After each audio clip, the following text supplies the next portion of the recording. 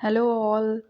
Today we are going to just learn about chapter number 7 of class 6th of history, that is the Ashoka, the emperor who gave up the war in the previous books, in the old books, and in the new book, its name is From a Kingdom to an Empire.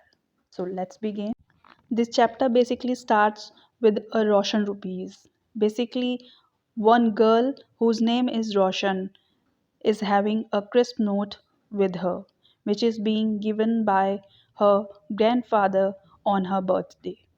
While she was intently want to buy a new CD with that crispy note, but on the contrary, she also wanted to just see and feel the brand new notes. Then she suddenly noticed that all of them had a smiling face of Gandhiji printed on the right side, and a tiny set of lions are also there on the left. What were the lions there for? She just started wondering. So, this is how this chapter begins. Now, you all can see an image of a lion capital. So, now we are going to talk about this lion capital at Sarnath, which is being constructed by Ashoka. As this image is of Ashoka pillar, which is being constructed by the Emperor Ashoka, and here four lions are seated back to back, which imply PPCC terms.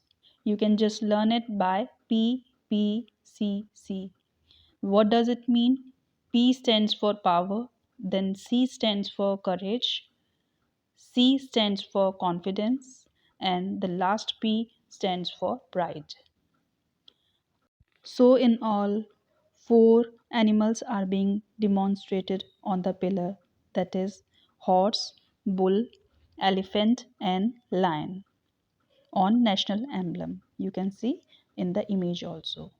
Now, as the lion that we see on our notes and coins have a very long history, and basically all these were carved on stones and placed on top of a massive means very large stone pillar at Sarnath, which we have already been done in the previous chapter. Then the Ashoka was one of the greatest ruler known in history, and on his instruction various inscriptions were inscribed on pillars as well as on rock surfaces. Before we find out what was written in these inscriptions, do you know what are inscriptions?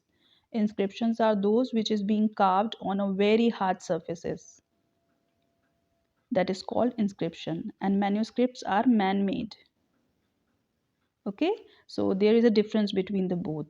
So let us see why his kingdom was called an empire. Now, you should know what is an empire. The empire that Ashoka ruled was founded basically by his grandfather, that is Chandragupta Maurya, more than 2300 years ago. Chandragupta was supported by a wise man Chanakya who just helped him out to get built a Mauryan empire. And the another name of Chanakya was Kautilya.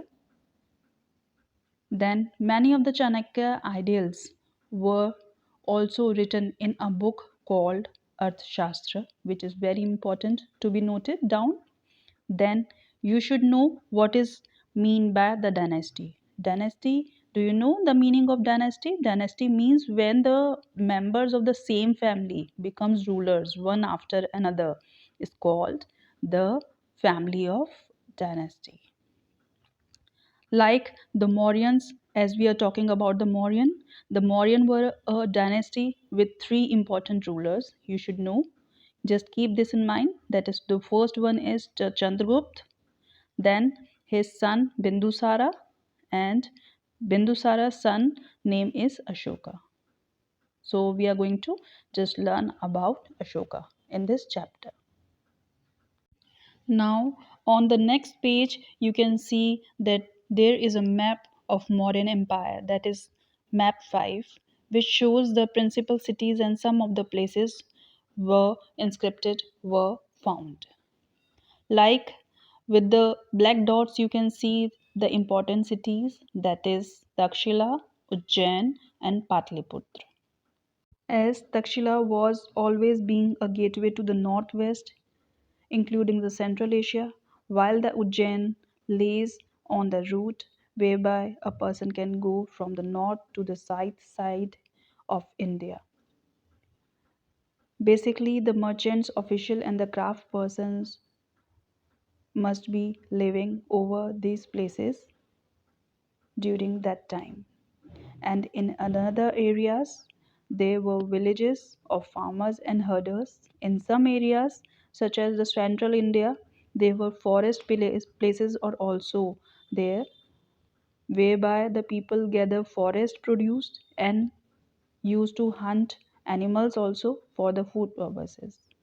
And people in the different parts on empire spoke different languages also. They probably ate different kinds of food and wore different kinds of clothes as well. So now here the question arises over here is, how are the empires different from a kingdom? So the answer to this question is when the small kingdoms is being converted into the larger kingdoms, that is called an empire. As the emperors need now the more resources and big armies also to protect them, which makes them an empire.